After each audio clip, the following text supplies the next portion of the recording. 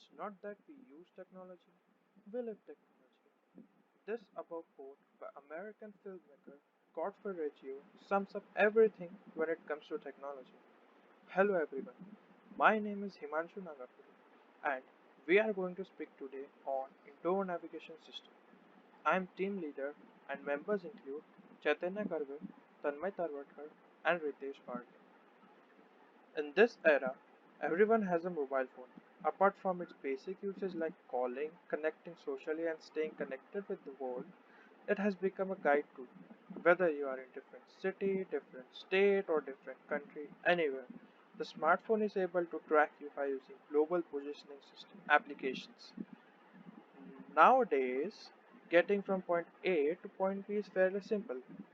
We open up our favorite mapping app on our phones, enter the address, and GPS takes over, telling you how to get there. But wait, what happens when you go inside a building or closed complex? As a student, we feel that when new students take admission in college, they have no idea of where is what and what is where inside a building. Your direction app suddenly isn't so useful. It displays inaccurate information. But why? When you use a GPS inside a building, a wide variety of physical barriers and potential interference sources makes it difficult for the device to pinpoint your location accurately. GPS and your device now don't have a clear line of sight to the sky. So, the problem is we need a technology that can provide navigation in closed environment. This is where need for something called indoor navigation system comes into play.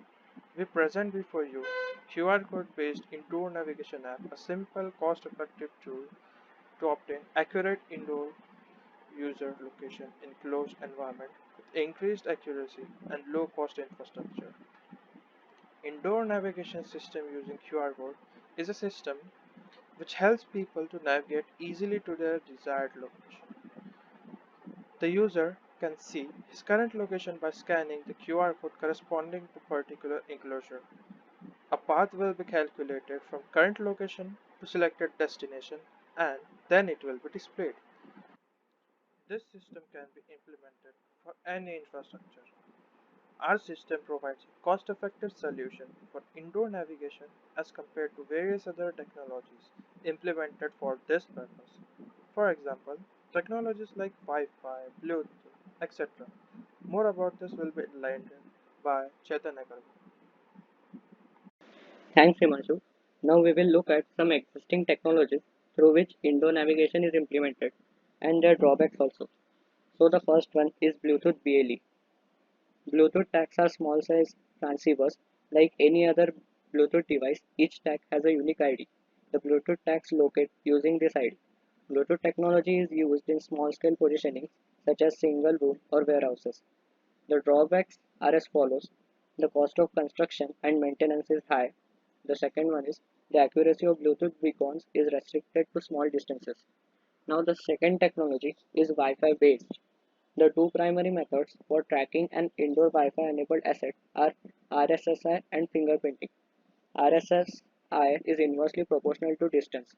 In combination with trilateration, RSSI can be used to approximate an asset's location.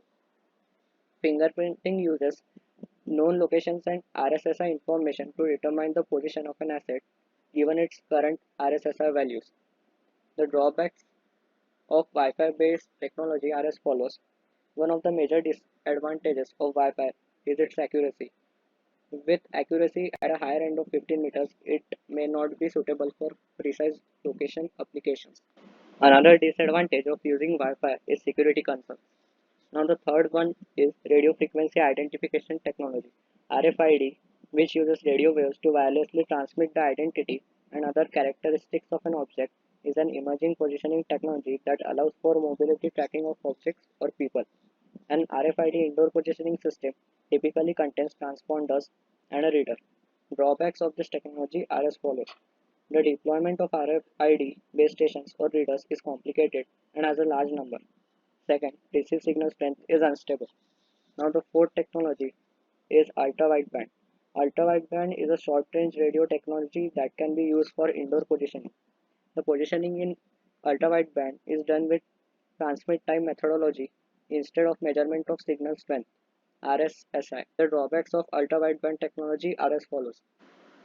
The installation of ultra-wideband is complex. The second one is the infrastructure and location tags for ultra-wideband systems are very expensive. So all the existing applications help users to navigate inside a closed area, but they work only with high network connectivity. Also, the power consumption of the applications is very high. These limitations can be overcome by using QR code for indoor navigation. In this system, QR codes store the encoded data of the specific location at which the QR code is placed. Firstly, the user has to scan the QR code nearest to him. After scanning, the user's current location will be highlighted on the map. Then the user can choose the destination. After selecting the destination, the app will highlight the optimized path from the source to the selected destination. The advantages of using QR code for indoor navigation are, as compared with other technologies, QR code scanning doesn't rely on network availability. This technology is easy to implement and is cost effective. Now let's move on to the next slide. In this table, the existing technologies are compared in terms of accuracy, maintenance cost, and infrastructure. Now I will hand over the charge to Ritesh Parthi. Hey guys, I am Ritesh Parkhi. These are the modules of our mini project. First, we have the map rendering module, which contains the process for rendering map on the device.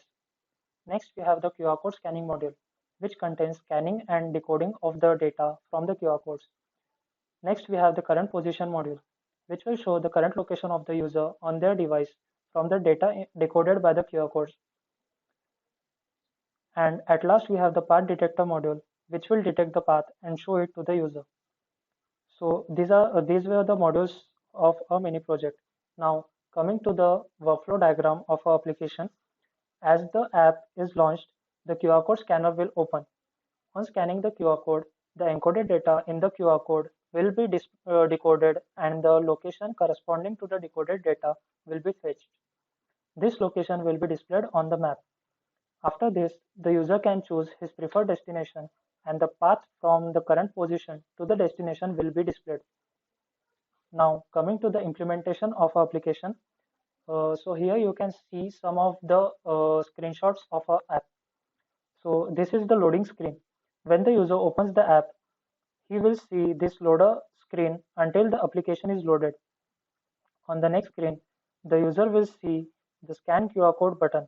On clicking this button, the user will see a camera view using which he can scan the QR code. Moving to the next, on scanning the QR code, the user will see his current location on the map. Now, the user can select his preferred destination from the drop-down menu as displayed in the figure. On selecting the destination, the user will be able to see his current location and the destination location on the map. He will also see a show direction button. On clicking this show direction button, the user will enter the next screen where he will see the path from the current location to the destination as seen in this figure. So thank you all. Now I call Tanmay to continue further. Thank you, Ritesh. Greetings, everyone. I'm Tanmay Tarvatkar. So next, we will be looking at the technology we used for the development of our application. We used various softwares to create our application. This includes Android Studio. It is the main IDE for the development of our Android application. JDK and JRE are the Java Development Kit and Java Runtime Environment, respectively. We use them to develop and run our program. Gradle is the automation tool used to build our software. Java is the main programming language used in Android Studio. XML is used for the designing purposes. The hardware includes laptop where application is built and smartphone where it is executed. The next one is benefited multitude of our app. It includes a wide number of people. This technology is beneficial to general public for navigating through unknown infrastructural places. It allows one to accurately navigate to a specific location in the building they have never been to before. Various places where our technology can be implemented include hospital, shopping malls, guided tour of museum and park, government offices, educational institutes, and many other places can be easier to navigate using this technology.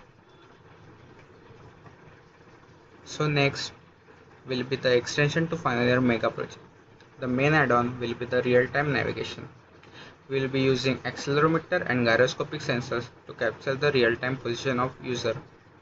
Navigation between multiple floors will also be implemented in the future. These are the references we have referred to.